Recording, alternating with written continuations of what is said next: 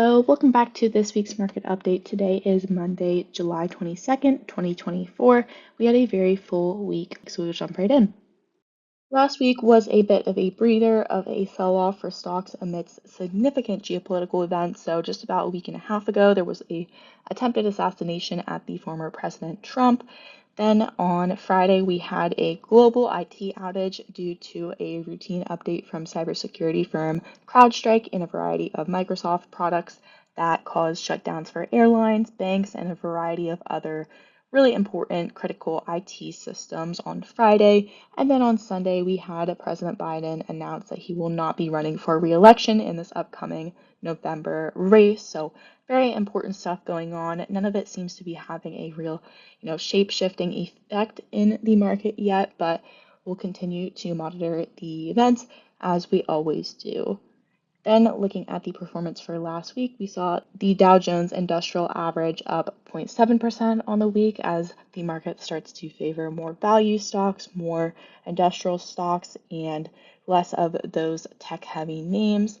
We saw the Barclays Aggregate Bond Index down slightly, 0.3% on the week, the S&P 500 down about 2% on the week, and then the Nasdaq Composite down 3.65% on the week. So most of this came down to a lot of technology names, chip names selling off, a lot of concerns over trade restrictions with China upcoming, no matter who the president is, especially President Trump and his proposed tariffs. They will definitely have some impacts on chip makers. So we'll continue to monitor the news, but for now we'll jump into this week's news. As we briefly mentioned, but wanted to dive a little bit deeper on for a minute, the global IT outage that we had on Friday. So this is really big news, probably the largest global IT outage that the world has ever seen.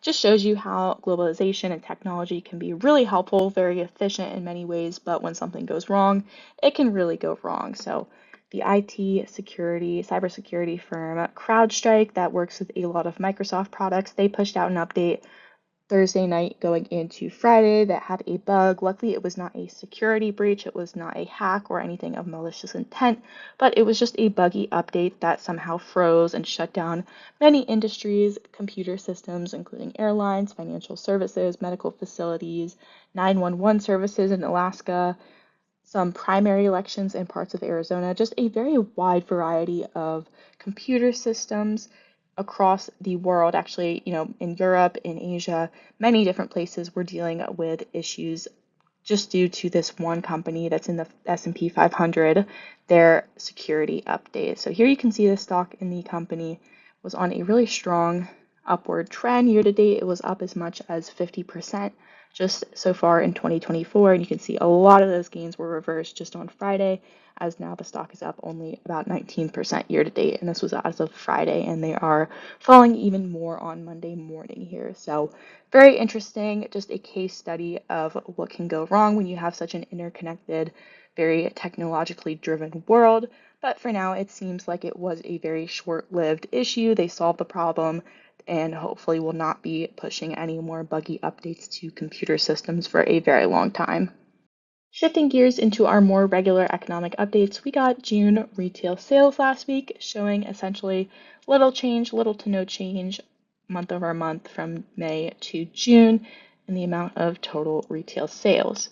We look a little bit further at it, and you can see the auto category was the biggest drag on this month's data. So without the category of auto, you can see that was down nearly 2% in just the month of June alone. Excluding that, the total retail sales numbers were actually up 0.4% from May. So very strong when you exclude this one really soft category. Although it is a big category, we've seen a lot of deflationary pressures. Used car prices down as much as 10% from a year ago, according to the June CPI. Lots of interesting dynamics at play, but overall retail sales did grow minus this one really weak category of auto. Also interesting, non-store retail sales, which includes online shopping, that was the strongest category. It was up 8.9% from a year ago. And overall, we're seeing, although it was better than expected, retail sales continue to look, as a whole, a little bit softer and softer and softer, appearing to support the case for a soft landing. and a potential Federal Reserve rate cut in September. So the market liked this data here because it did demonstrate softer data in most regards, leading to the prospects of a rate cut in September.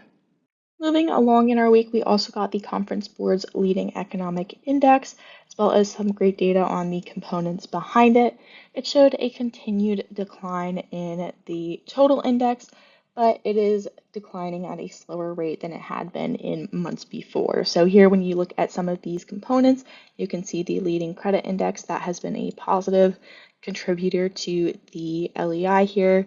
The S&P 500 also a positive contributor, and building permits another positive contributor, as well as average manufacturing hours that has been helpful, and then new orders ever so slightly positive on these two metrics. And then on the other hand, we had the interest rate spread or the yield curve, the inverted yield curve that continues to be a negative indicator, consumer expectations, this index of new orders, as well as average initial weekly claims. So some interesting components when you break it down, and we will look at a wider trend of the LEI in the next slide.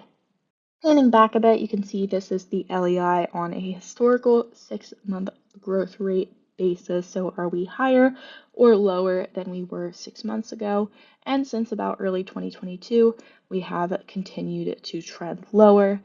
And this is still lower than we were 6 months ago, but the rate at which we have been declining has been becoming less severe. So we have crossed above this flashing red warning signal in the last 2-3 months, at least according to the LEI, which is a positive sign. It looks more like a warning signal rather than a recessionary signal. So maybe we see some slowness ahead, maybe we see a soft landing, or maybe we see a full-fledged recovery where efficiency in AI, companies continue to ramp up their production, consumer demand remains stable. That's a possibility too. So a lot of unknowns ahead, but we will continue to monitor really important economic indicators like the LEI here.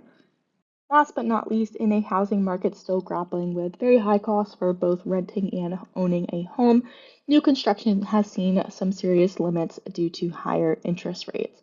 We got June's housing data last week, which is just 1 month, showing this trend. We had building permits at 1.45 million, housing starts at 1.5 million, and then completions at 1.7. So new construction has been lagging completed new construction here by quite a bit. You can see that the number of completions has been trending up, but the number of permits and starts has been trending down, which is not great for the inflation problem. We're still seeing housing inflation above 5% as of this latest June CPI, and higher rates has really been constraining the new supply and the new builders going into the market and developing new land because the cost of capital is much higher than it was 2, 3, 4 years ago. So really interesting dynamics at play. Maybe when we start to see interest rates get cut, we actually might have more housing starts and permits enter the market. But in any case, we will continue to monitor the data, see how it impacts inflation, see how it impacts the portfolios,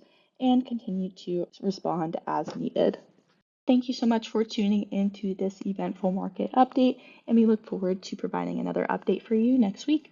The information you have heard is the view of Synergy Asset Management as of the date of publication. These views and opinions are subject to change without notice. Investors should not act on any recommendation, express or implied, or information in this material without obtaining specific advice from their financial advisors and should not rely on information herein as the primary basis for their investment decisions.